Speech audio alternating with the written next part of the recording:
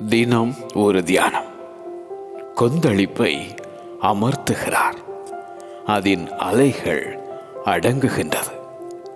சங்கீதம் 107 வசனம் 29. தமது வல்லமையினால் சமுத்திர கொந்தளிப்பை அமர பண்ணி, தமது ஞானத்தினால் அதன் மூர்க்கத்தை அடக்கும் ஆண்டவர்.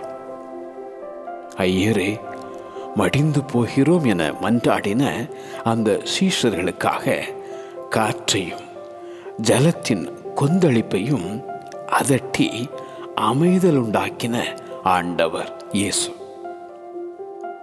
காற்றையும் கடலையும் கீழ்ப்படிய செய்யும் கர்த்தர் அவர்.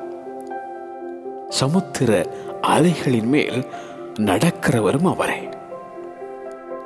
திரளான தண்ணீர்களின் இரைச்சலை பார்க்கலாம், சமுத்திரத்தின் வலிமையான அலைகளை பார்க்கலாம், கர்த்தர் உன்னதத்திலே வல்லமையுள்ளவர்.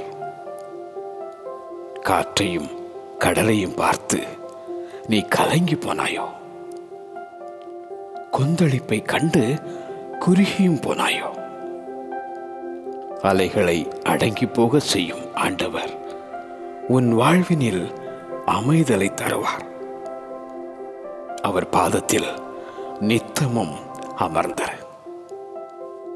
கொந்தளிப்பை அமர்த்துகிறார், அதன் அலைகள் அடங்குகின்றது. கொந்தளிப்பை அமர்த்துகிறார், அதன் அலைகள் அடங்குகின்றது. ஆமென்.